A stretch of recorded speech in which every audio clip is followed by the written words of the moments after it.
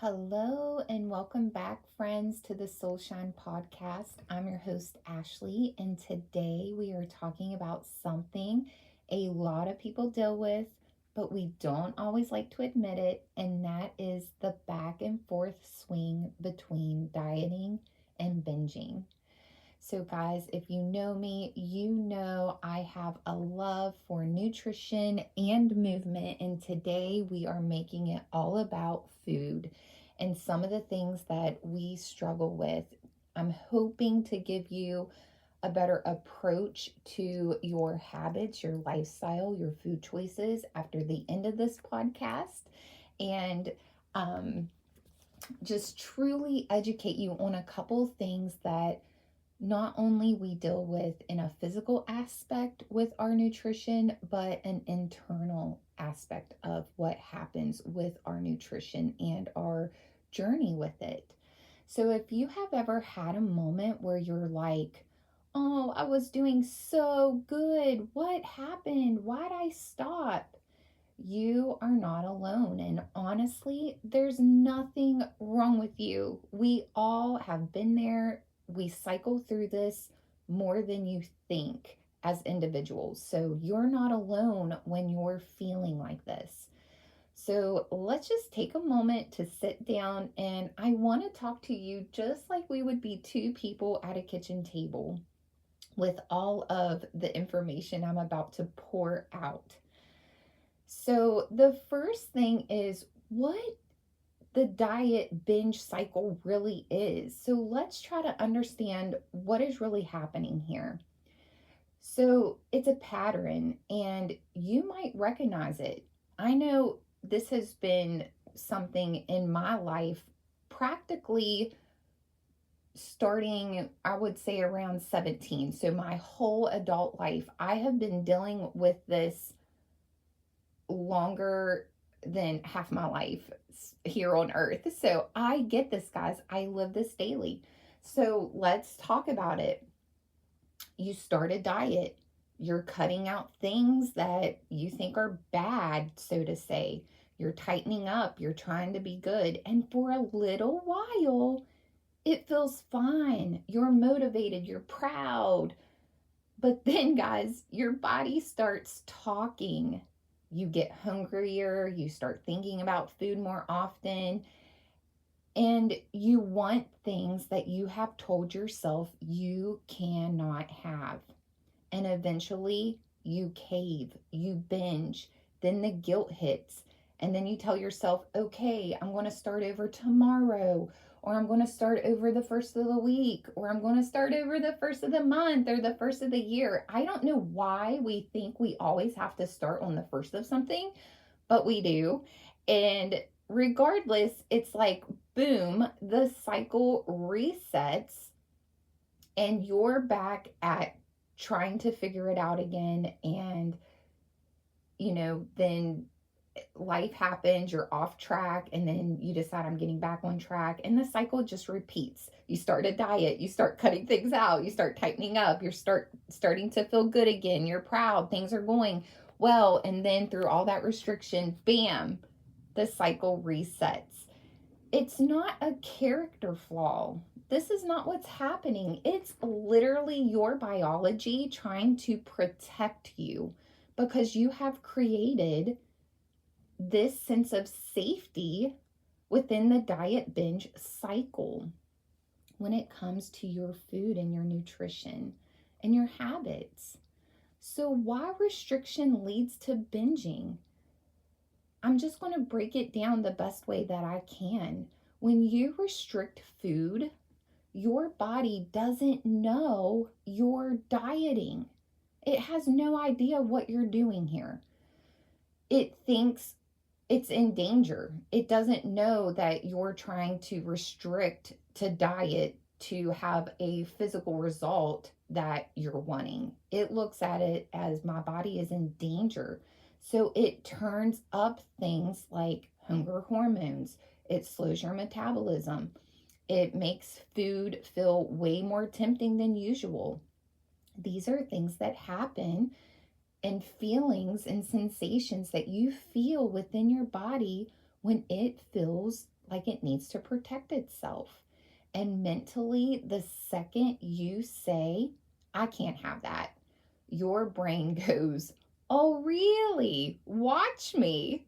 And emotionally, dieting usually starts from a place of frustration or shame for yourself. And those feelings, guys, they don't magically disappear just because you're eating fewer carbohydrates, okay? I will be the first to tell you that in 2013, I had gastric bypass surgery. I put myself through a major surgery. I had to learn how to eat again. Like, gastric bypass surgery or weight loss surgery, period, is not an easy way out. You truly put your body through so much, and it's so mentally and emotionally exhausting as well. And I will tell you firsthand that that surgery, same thing here. I was feeling good. I was having results. I was proud of myself. I was on top of my game. But that was very short lived. It was probably max 2 years out of surgery that I felt like that. And emotionally, things started creeping back up because the feelings don't magically disappear with eating fewer carbohydrates, okay? The mental stuff is still happening. We have to consider that and work through that as well when we're thinking about our nutrition. It's not just about the physical outside part of our body, okay? So mentally, there's a lot going on here. And emotionally, dieting usually starts from a place of shame and frustration, okay? You're not going to work through that by restricting, is what I'm trying to say. So binging isn't about you losing control. It's about your body getting back to safety, okay? So you can have a significant weight loss. You can lose a lot of weight. And a lot of times after we've lost that weight, we get laxed. And it's not that we've lost control, but our body starts wanting to get back to safety. And safety for many of us for so long was finding comfort in our food. So that's when all the things start cycling back. The cravings, the food noise, all the things that you were trying to fix, it creeps back up. It's a cycle. And there is a way to break the cycle. So this is frustrating. You're living back and forth. This is the back and forth of diet and binge. So there is a way to break the cycle. And that is the work that I am pouring into right now. I want you to know that you have the power to break the cycle. And we do not have to go to these extremes to break it. So instead of restricting, guys, I really want you to pay attention. And I know you're going to think, oh my gosh, this lady is crazy. She's telling me to do the opposite of what this world is programming and wiring us to think. But before you restrict, instead of cutting things out by, telling yourself you can't or carbs are a bad thing, I want you to start adding things in. Add things like more protein, more fiber, more water, more regular meals in your everyday life. When your body feels fed, it stops screaming all these things. It just stops. And another thing, there's no cheat days. All foods can fit, guys. I want you to think about permission meals. This is one of my favorite things to talk about is permission meals.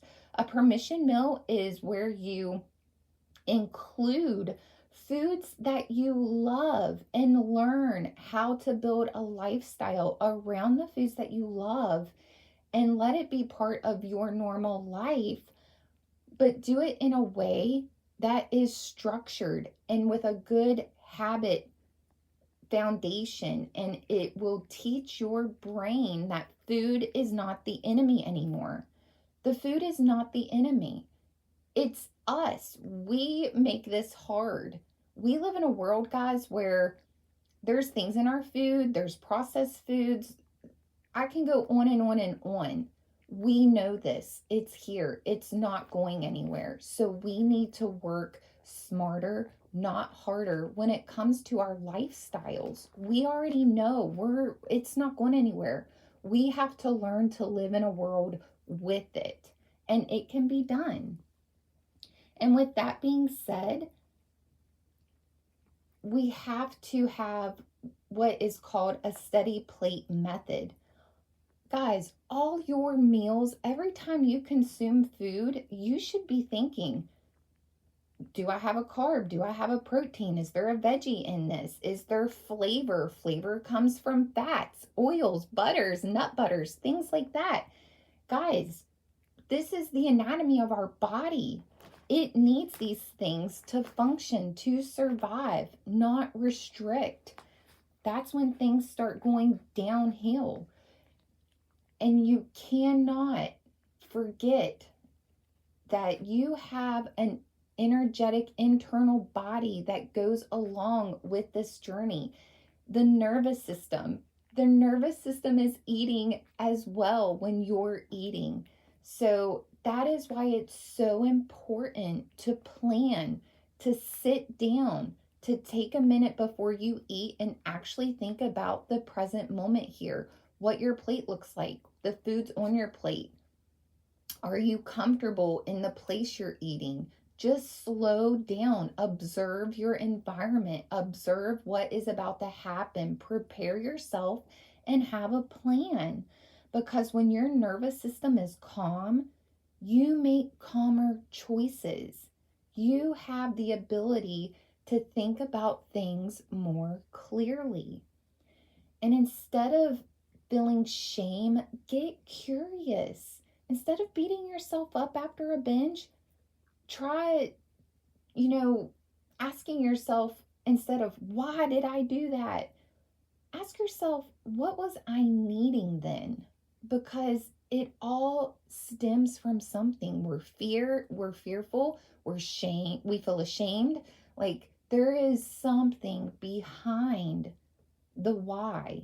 So instead of being negative and giving yourself such a hard time, don't focus it around why did I do this? Ask yourself what you needed in that moment, because once you become aware of it, it's going to stay there. You're going to know the next time and the next time, and things start happening a little less each time that you become mindful of your behavior.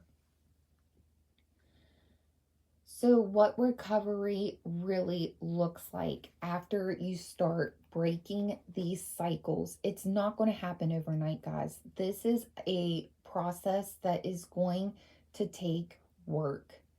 You will be doing this for the rest of your life, but it's something that you can continue doing. It's not a quick fix, okay? But the recovery isn't about perfect eating. It's not about, I'm never going to binge again. It's more like these habits that you create with breaking the cycle look more like fewer binges, less guilt, more stable meals, you trusting yourself and being present in the moment that you're in with your food. And also just having some compassion for yourself. We beat ourselves up so much that we are our own worst enemy here. Have some compassion and just slow down and be gentle and know this absolutely is a possibility for you. You can do this. You can break the cycle. Guys, you don't break diet binge cycling by dieting harder. You break it by feeding your body, calming your nervous system, and giving yourself permission to be a human being. Any type of nutrition journey is 80% behavior. It is consistency. I don't care if you're trying to lose weight, gain weight, or control a chronic disease here. It is 80% behavior, and our behavior matters because consistency matters when it comes to things like this. You can absolutely do it. You can. So, with all of that being said, I'm going to try to wrap things up because I could talk about this all day. I become so passionate about it, and there's just so much to talk about. But for today, if this episode truly hit home for you and you're going through this cycle in this very moment, please, I'm here to support you. I have private sessions where I blend nutrition, movement, nervous system work. I do this because your relationship with food deserves care, not punishment. I want you to realize that.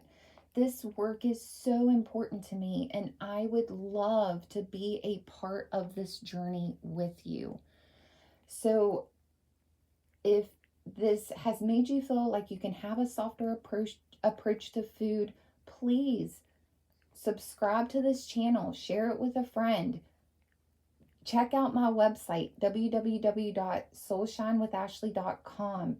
There you can find all the nutrition services that I offer, the private movement sessions that I offer. Let's get started and get you back on track to live a life of longevity, to where when you're 90, you can get off the toilet, guys. I want you to take the very best care of your body that you can now. We need to prepare now, not wait any longer, because it just gets harder the longer we wait. So I'm wrapping it up. I hope that there was something said in this episode that really spoke to your heart. Please share my channel. I am trying to get the awareness out there. This is my work, this is my passion, and I truly care about helping others. So thank you for tuning in today, and until we meet again, namaste.